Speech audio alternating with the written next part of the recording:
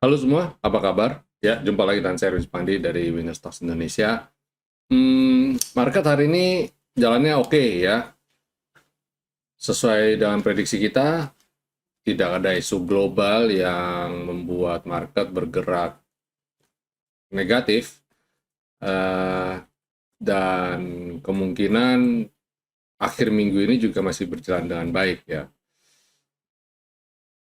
Kita langsung ke market review aja, karena nanti mungkin di ulasan saya akan bahas lebih banyak, karena kemarin apa yang kita rekomendasikan di tanggal 17 Juli itu malah hari ini banyak yang terbang. Dan kemarin saya sudah mulas juga ya, saya sudah ulas bahwa beberapa emiten yang kita rekomendasikan pada tanggal 17 Juli itu masih berpotensi untuk jalan gitu ya. Saya ngomongnya, saya lupa antara di video tanggal 18, iya, video kemarin deh, bener deh. Sampai lupa saya. Coba kita cek. Nah, ini composite. Composite-nya wow banget ya, wow banget.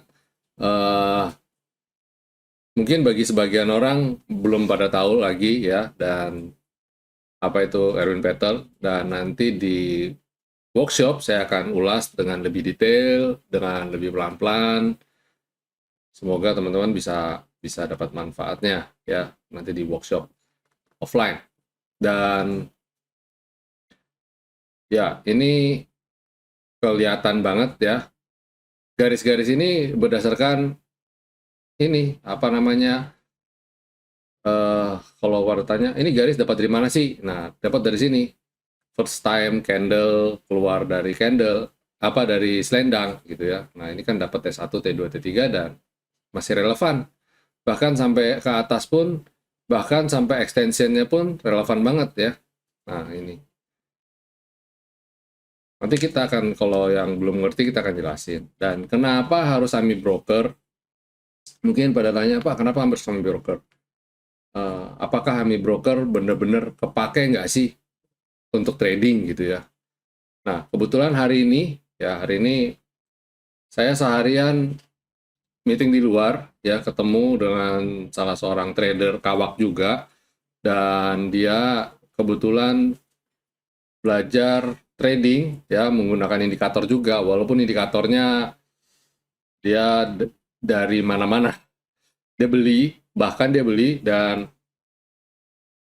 dengan indikator yang menurut saya agak kurang, oke, itu aja dia beli cukup mahal. Untuk tanpa ada pembelajaran, tanpa ada embel macam-macam aja, 1 tahun 8 jutaan ya. Wow kan, bayangkan tanpa pelajaran, cuma pakai indikator doang gitu ya. Dan ketika saya demoin winner stock gitu, dia kaget gitu loh, betapa akuratnya gitu ya. Dan menceritakan kalau trading, kita ngobrol panjang lebar, dan intinya adalah kebetulan saya ngobrol mengenai bagaimana sih kita saling tukar pikiran lah ya. Lebih tepatnya saya pengen tahu dia lebih banyak gitu loh. Saya pengen tahu bagaimana cara dia handle nasabah gitu ya, dan bagaimana cara dia trading selama ini gitu, pegang akun nasabah dan sebagainya. Ya, ya sedikit banyak mirip ya, tapi karena indikator yang digunakan berbeda, jadi pendekatannya pun berbeda. Tapi ya mirip-mirip lah. Cuma size dana juga menentukan ya. Jadi trading itu size dana menentukan positioning kita. Kita mau belinya bagaimana? Buy on break atau buy on weakness gitu ya. Itu lebih pada posisi dana kalau buat saya. Size dana kelolaan. Kalau cuma sekedar kita mau beli naik turun untuk beli buy on break lebih bagus daripada beli buy on weakness, ya tidak bisa begitu. Argumentasinya nggak bisa begitu. Lebih kepada size dana. Karena kalau kita buy on break, kita beli ketika saham itu terbang, nah itu potensi FOMO kita tanpa money management dan sebagainya. Itu yang bahaya. Ya oke, kembali lagi lah. kembali lagi ke market review. Jadi masih jalan bagus ya, IHSG potensi masih lanjut ke, saya bilang, ke 6938 dan 6986. Hari ini transaksi lumayan, 8,259 triliun, dan asing membukukan net buy, masih net buy. Sorry, salah klik. Hari ini 8,6 triliun dan asing net buy. Selisih jauh, yang kemarin tuh masih cuma 190. Hari ini asing net buy-nya hampir 500 miliar. Keren banget, termasuk bagus kalau saya bilang ya, termasuk bagus. Dan kita coba cek sektoralnya. Kalau lihat kayak gini, kita on the track lah ya. Harapan kita IHSG bisa segera naik ke atas V-line lagi dan bisa ke 7 ribuan lagi.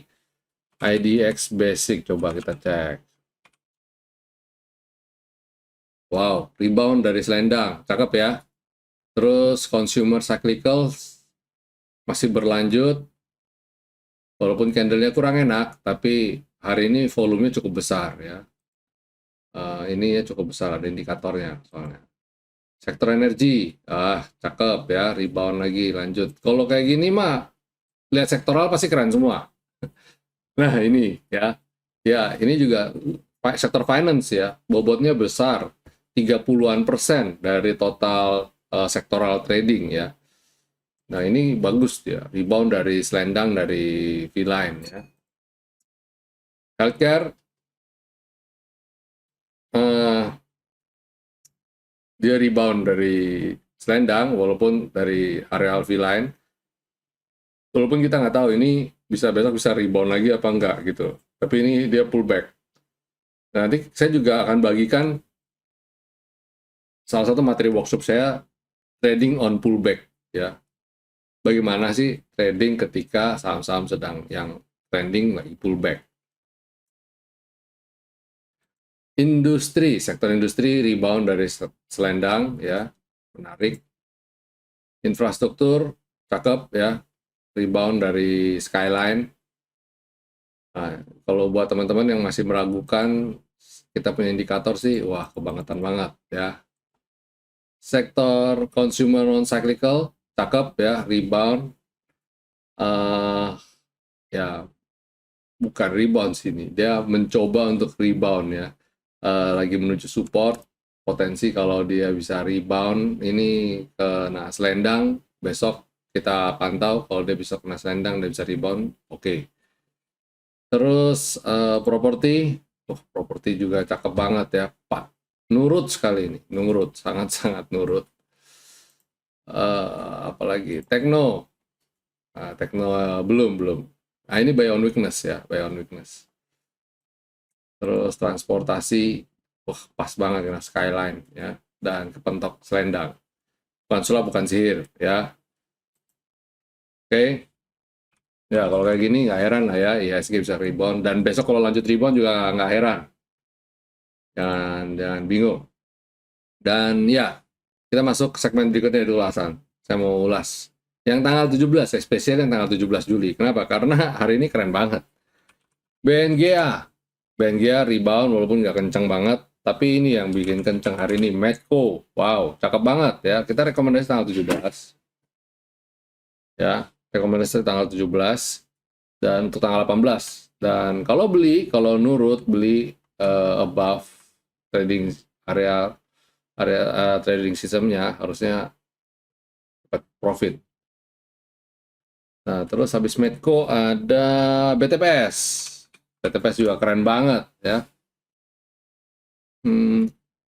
Kemarin yang saya ulas adalah ketika di sini, umpamanya, wah kebacut beli, gimana dong, posisi minus. Nah, tapi kan belum kena stop loss. Hari ini rebound dan langsung naik.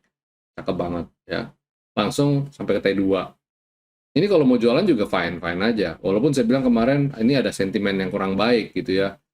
Ya, mungkin naiknya ini ada yang exit atau apa, saya nggak tahu. Tapi seringkali biasanya bad news is a good news, dan sebaliknya good news is a bad news. Jadi BTPS mungkin dengan jeleknya laporan keuangan malah dia tambah lari kenceng, who knows gitu ya. Terus Dharma juga kenceng banget ya. Nah ini kita kalau rekomendasi beli di sini, kemarin kan Nah, hari tanggal 18 dia swing, nggak sempat naik. Ya, naik dari penutupan, yes. Tapi kemudian hari ini lihat tuh, langsung sampai ke T3. Kalau kita ikut ini, langsung capai target. Ya, ya makanya tadi di grup kan ada yang ngomong, string, oh kena target gitu. Karena disiplin aja set target, pemain target T3 nih nyampe gitu. Beli set target T3. Dan hari ini ya nyampe T3 gitu. Bahkan kalau belinya kemarin, target T3-nya di 1580, hari ini 1585. Luar biasa banget ya. Terus habis itu Wika. Nah, Wika yang kurang oke ya. Kalau saya bilang skip. Kemarin juga Wika, kalau nggak salah saya juga bilang skip deh, kalau nggak salah. Coba nonton lagi video saya kemarin. Dan hari ini terakhir last but not least yaitu MAPI yang tanggal 17 ya. Ini rekomendasi yang tanggal 17 yang saya ulas. Wow, breakout dengan kenceng ya. Kalau kita rekomendasi tanggal ini, kemarin memang beli dan hari ini lanjut lagi. Ini sampai kena T3 udah nyampe ya di 7,6%. Wow, keren. Dan ya kita tentu saja yang satunya juga yang tanggal 18 kita rekomendasi kita juga kita ulas ya. Nah, energi wow. Cakep banget ya energi. Terus habis itu ada Prodia kurang oke kayaknya. Dia masih doji tapi overall oke. Dia ambigu aja. Biasa bisa naik. Ini ada polanya loh. Liatin deh. Ada polanya. Kalau doji gini habis itu kenceng. Doji habis itu merah dikit langsung kenceng. Mungkin besok bisa merah dikit habis itu kenceng. Ya, coba aja. Kita coba tes ya. Prodia kayak gimana. Terus SSIA. By the way, Prodia itu salah satu perusahaan yang sangat-sangat sehat loh ya. Dia itu cara dia mengenerate profit bisa sangat-sangat bagus gitu loh. Apalagi setelah pandemi, orang sangat aware dengan kesehatan.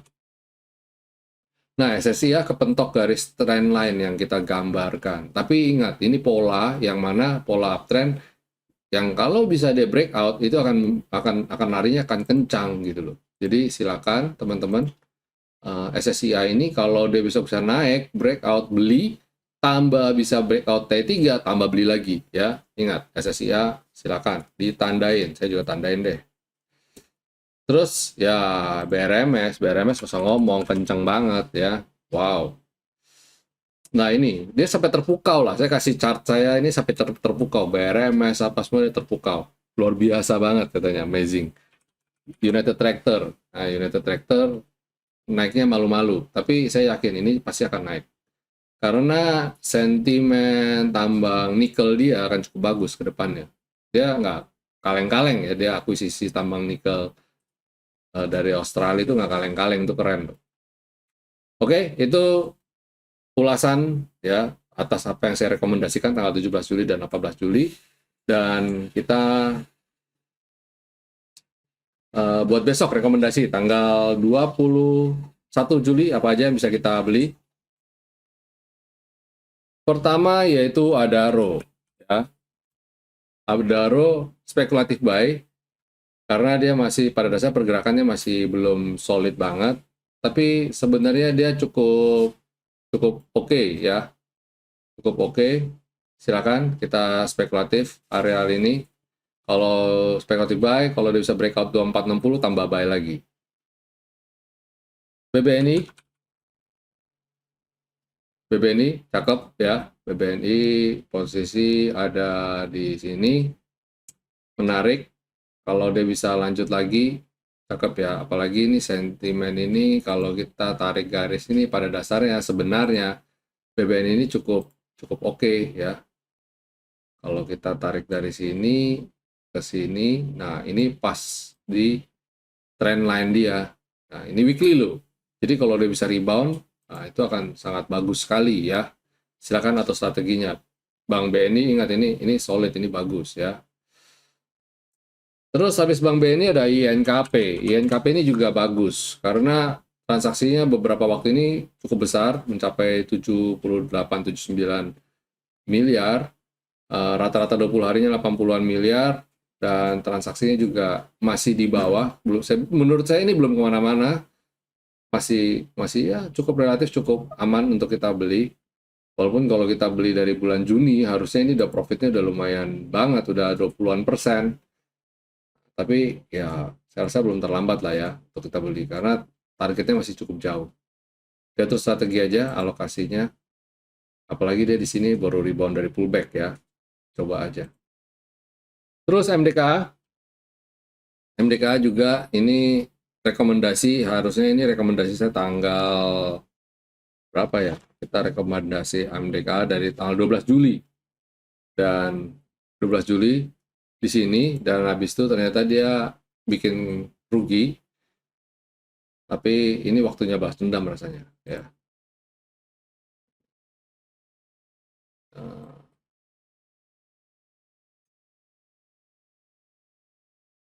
ya mungkin begini kali. Coba diatur strategi lah. Ini kalau besok kalau bisa naik di atas ini sih mestinya akan bagus. Ya, kalau bisa breakout ini cakep. Ini bahkan membentuk pola cup and handle. Cakep nih MDKA nih.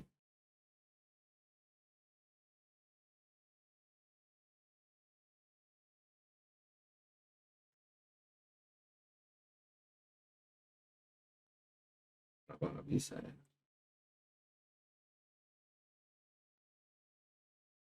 Ini kalau bisa breakout cakep nih. Oke, habis MDKA terakhir last but not least yaitu Harum. Harum juga bagus. Ya, ini pokoknya sebenarnya kalau cukup sabar, sektor-sektor yang berbau nikel harusnya pergerakan cukup solid ya. Ini trading ketika pullback ya, cakep kan? Nah, ya itu jangan sampai ketinggalan workshop offline kita. Salah satu materi yang saya andalkan nanti adalah trading ketika pullback. Oke? Yes, sampai di sini dulu market review kita, rekomendasi, ulasan ya. Walaupun tidak banyak yang saya bicarakan, tapi ulasannya dan rekomendasi harapan saya cukup, bobotnya cukup baik ya untuk teman-teman semua untuk modal trading besok dan beberapa minggu ke depan. Sampai jumpa semuanya. Stay safe, stay healthy, and God bless you all. See you.